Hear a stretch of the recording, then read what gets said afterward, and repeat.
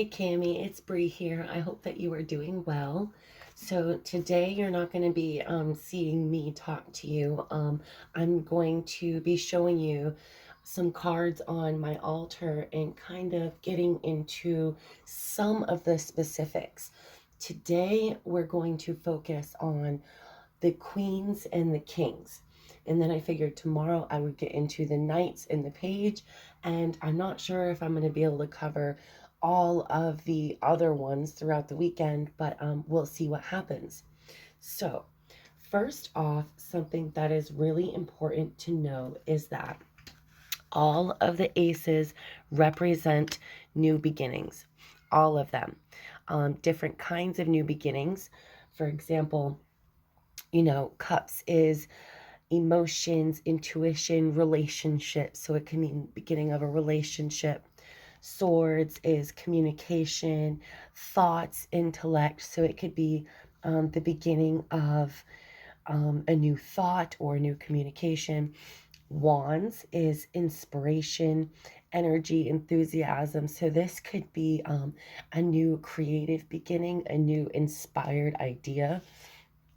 And then we have Pentacles, which is material wealth, money, career, manifestation. So this could be the beginning of a new career. But regardless, when you see an ace come up in this spread, just I wish that I had known this straight away. These all mean a new beginning.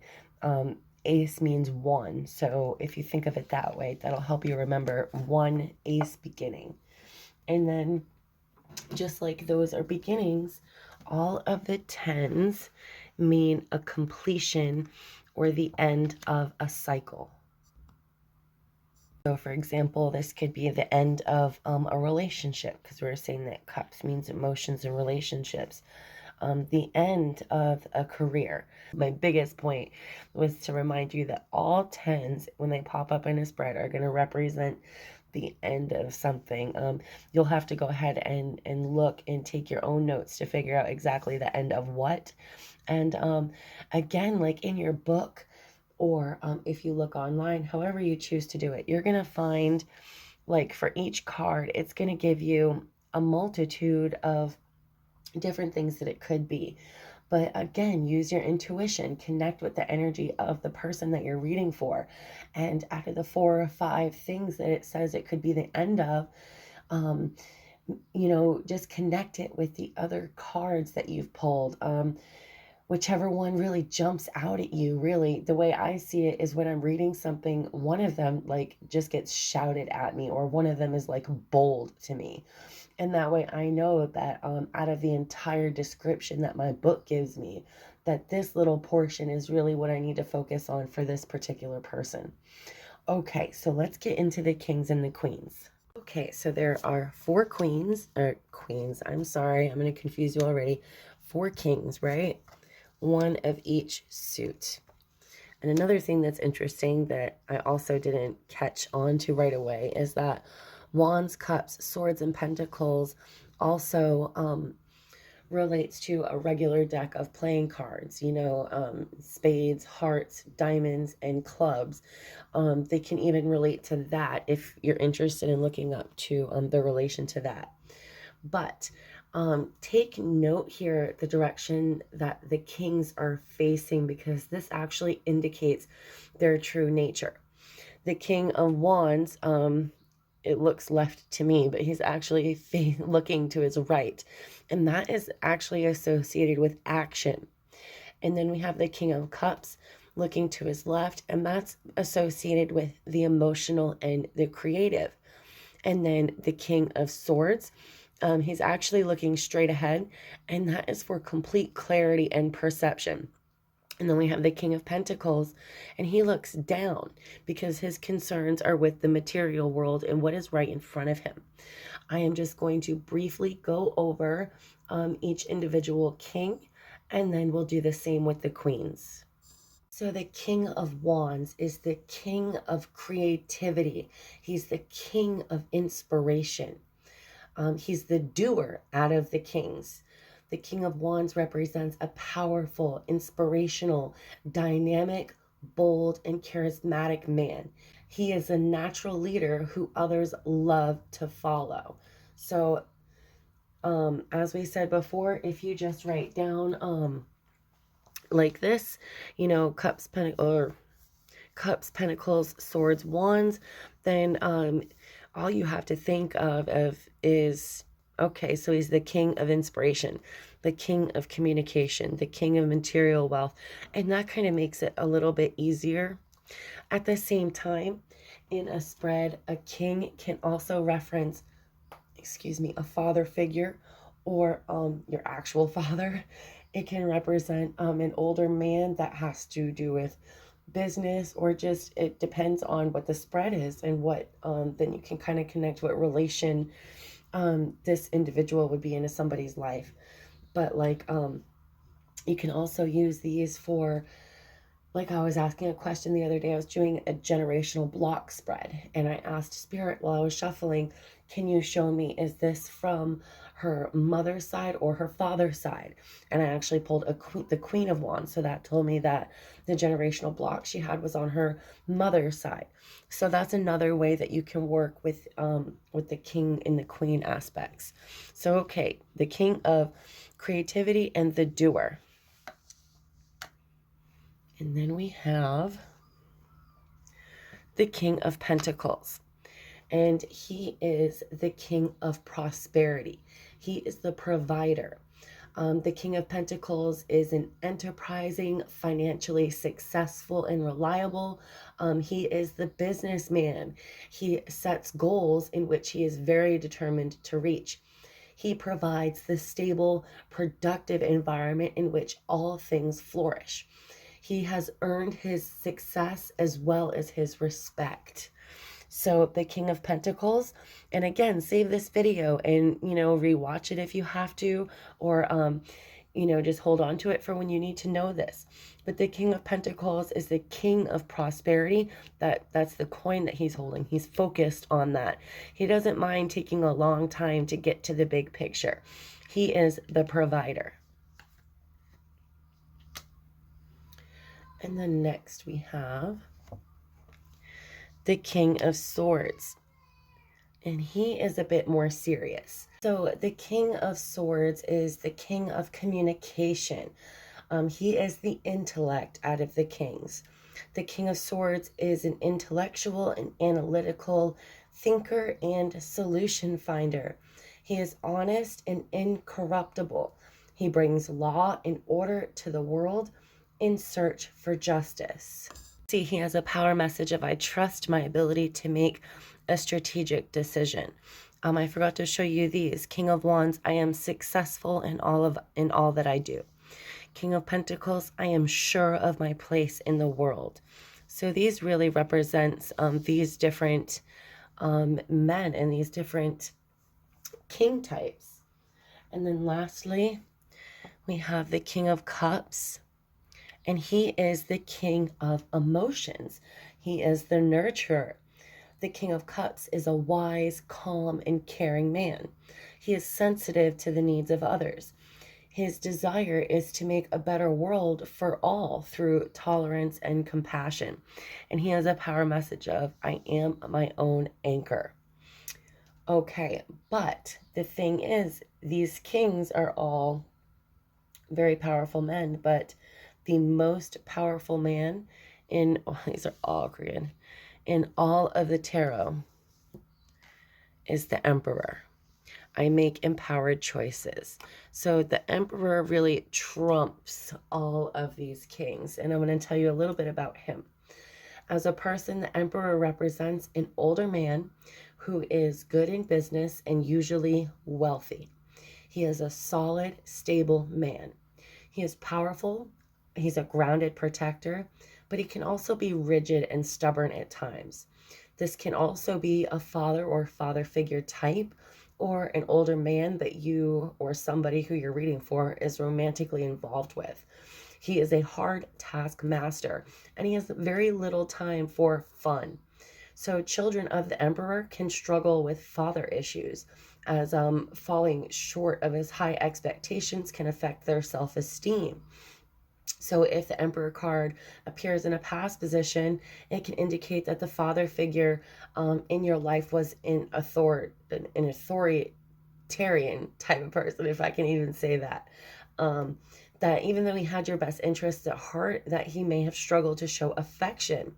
So like if it appears in the present or future, it's a different description. It like indicates a wise older man who's going to give you solid advice. And if you follow it, it's going to lead you in the right direction. I always love getting the Emperor. Like I said, I have like a little mini card of him like tacked up over here because it's just very important to be able to make empowered decisions.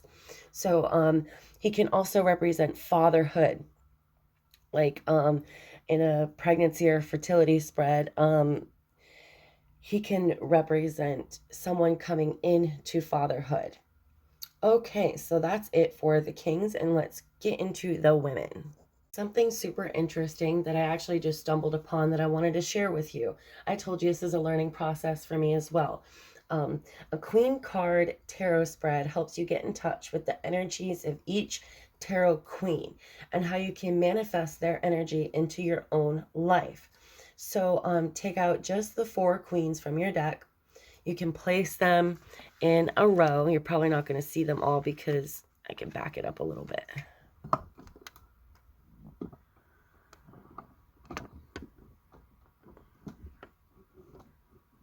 Sorry, normally I would edit this out. Okay, so you can place them like that. And then shuffle the deck and draw 2 cards for each of the 4 queens. One goes above the queen and one's going to go below the queen. The card below the queen represents what you already have going for you or what you would like to release in relation to that queen. And the card above the queen would represent what you would like to bring into your life and subconscious guidance from the universe. So for example, the Queen of Wands is about inspiration and energy. So if you, the card on your bottom would represent what you already have going for you as far as energy, inspiration, and creativity. And then the one that you pull on the top would kind of tell you what you'd like to bring into your life as far as creativity and energy and enthusiasm. So, and then you could do that with emotions, with intellect and communication. This is all about mental thoughts. And then over here with like wealth, money, and material things in a career, you know, the one at the bottom would tell you where you've been and what you have, and the one on the top would tell you where you're going or subconsciously what you desire. So I thought that was super interesting to share with you because I'm actually going to do that myself, and I'm going to create this as a spread for my page. So look at this, you're giving me all kinds of ideas. And I did do a TikTok about some tips for beginner tarot readers. So very cool, right? All right, let's get into each of our queens real quick. Okay, so the Queen of Wands has a power message of I am naturally creative. She is the fiery, independent career woman who can take care of herself and others. She is needed to propel world-changing ideas into action. Just like her husband, they turn ideas into action. So that is important keywords to know about them. And then we have the Queen of Pentacles with a power message of I have everything I need to prosper. Like her husband, she's holding a coin and, you know, slow and steady wins the race to her.